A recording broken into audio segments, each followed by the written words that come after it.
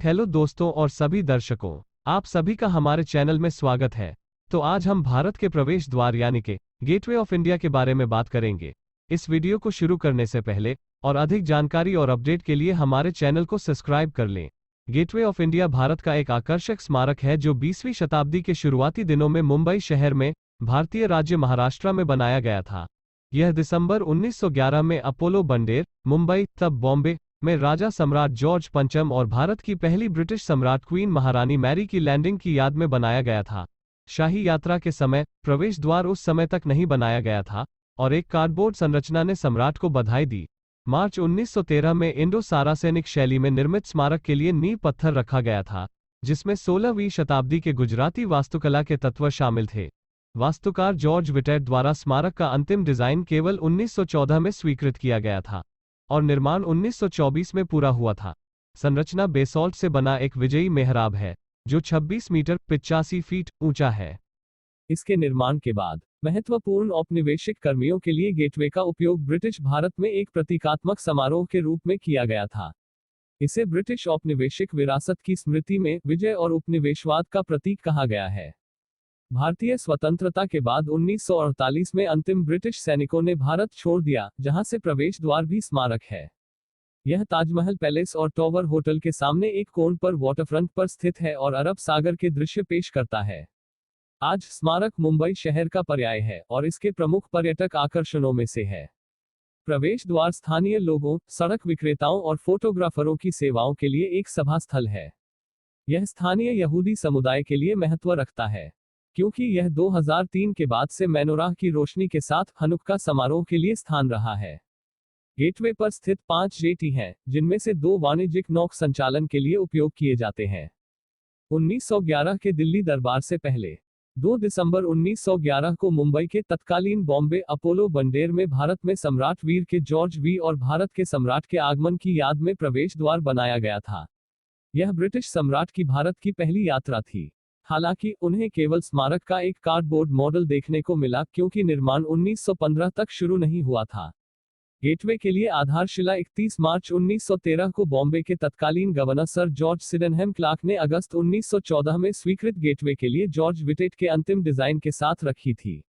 प्रवेश द्वार के निर्माण से पहले अपोलो बंडर एक देशी मछली पकड़ने के मैदान की सेवा करता था। 1915 और 1919 के बीच अपोलो बंडेर में जमीन को फिर से बनाने के लिए काम जारी रहा, जिस पर एक समुद्री दीवार के निर्माण के साथ साथ प्रवेश द्वार भी बनाया जाना था। गैमन इंडिया ने प्रवेश द्वार के लिए निर्माण कार्य शुरू किया था।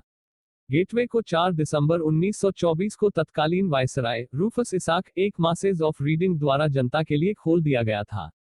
भारतीय स्वतंत्रता के बाद भारत छोड़ने वाली अंतिम ब्रिटिश सेना समरसेट लाइट इन्फेंट्री की पहली बटालियन 28 फरवरी 1948 को एक समारोह के हिस्से के रूप में ब्रिटिश राज के अंत का संकेत देते हुए 21 तोपों की सलामी के साथ गेटवे से गुजरी थी।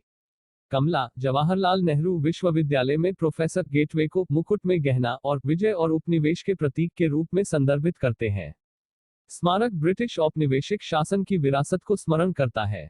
ब्रिटिश सम्राट की भारत की पहली यात्रा और ब्रिटिश भारत में प्रमुख औपनिवेशिक कर्मियों के प्रवेश बिंदु के रूप में इसका उपयोग। आज प्रवेश द्वार मुंबई शहर का पर्याय है। इसके निर्माण के बाद से गेटवे समुद्र के द्वारा बॉम्बे पहुंचने वाले आगंतुकों के लिए दिखाई देने वाली पहली संरचनाओं में से एक रहा है। 2003 से गेटवे स्थानीय यहूदी समुदाय के लिए हर साल हनुक्का समारोह के लिए मेनोरा को रोशन करने का स्थान रहा है। इस अनुष्ठान की शुरुआत मुंबई के चबाड़ी के रब्बी गेवरियल नोआच होल्ज़बर्ग द्वारा की गई थी। यह 2008 के मुंबई आतंकवादी हमलों के बाद नमाज के लिए भी एक स्थल बन गया, जो दूसरों के बीच नरिमन हाउस को निशाना बनाता था। 2008 के आतंकवादी हमलों में रब्बी होल्ज़बर्ग ने अपनी जान गंवा दी। गेटवे के आर्च की ऊंचाई 26 मीटर 85 फीट है, जिसका केंद्रीय गुंबद 15 मीटर 49 फीट व्यास का है। स्मारक पीले बेसाल्ट और प्रबलित कंक्रीट से बना है। स्थानीय स्तर पर पत्थरों को इकट्ठा किया गया, जबकि छिद्रित स्क्रीन को ग्वालियर से लाया गया था। स्मारक मुंबई हार्बर की ओर है। गेटवे की संरचना पर 4 बुर्ज हैं और गेटवे के आर्च के पीछे निर्मित चरण हैं जो अरब सागर की ओर जाते हैं। स्मारक में जटिल पत्थर की जाली, जिसे जली का काम भी कहा जाता है। स्कॉटिश वास्तुकार जॉर्ज विटेट ने रोमन विजयी मेहराब और गुजरात की 16वीं शताब्दी की वास्तुकला के तत्वों को मिलाया। वास्तुकला में इस्लामी वास्तुकला के तत्वों के साथ स्वदेशी वास्तुशिल्प तत्वों को भी जोड़ा गया है, जिसे इंडो सरेसेनिक के रूप में जाना जाता है। एक बंदरगाह बनाने के लिए बंदरगाह के मोर्चे को फिर से शुरू किया गया, जो शहर के केंद्र तक पहुंच जाएगा। मेहराब के प्रत्येक तरफ 600 लोगों को रखने की क्षमता के साथ बड़े हॉल हैं। निर्माण की लागत 21 लाख रुपए थी, जो तत्कालीन सरकार द्वारा वहन की गई थी।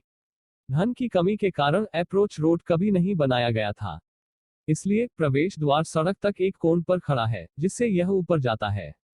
प्रवेश द्वार ताजमहल पैलेस और टॉवर होटल के सामने एक कोण पर स्थित है, जिसे 1903 में बनाया गया था। प्रवेश द्वार के मैदान में स्मारक के सामने शिवाजी की प्रतिमा, मराठा योद्धा नायक जो 17वीं शताब्दी में मराठा साम्राज्य की स्थापना के लिए मुगल साम्राज्य के खिलाफ लड़े थे। 26 जनवरी 1961 को भारत के गणतंत्र दिवस के अवसर पर प्रतिमा का अनावरण किया गया था। इसने राजा सम्राट जॉर्ज पंचम की एक कांस्य प्रतिमा को प्रतिस्थापित किया, जो अपनी जगह पर खड़ी थी एल्फिंस्टन कॉलेज के पीछे, फोर्ट, मुंबई में। जॉर्ज वी की प्रतिमा को जी के महात्रे ने बनाया था, जिनकी भारत में 300 से अधिक मूर्तियां हैं।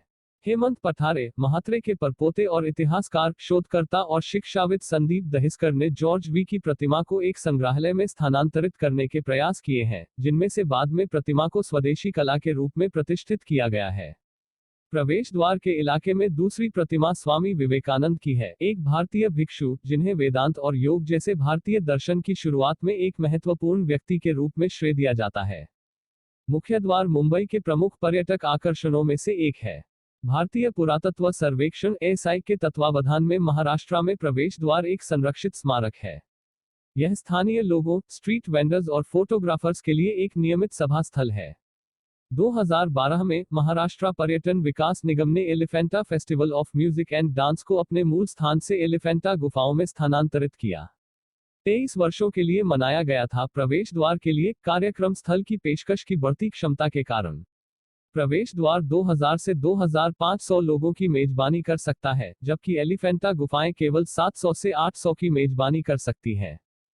दोस्तों, और रोचक जानकारी के लिए और एंटरटेनमेंट के लिए हमारे चैनल को सब्सक्राइब कर ले, साथ ही बेल आइकन को दबा दे और कमेंट में बताएं आपको और कैसी जानकारी चाहिए।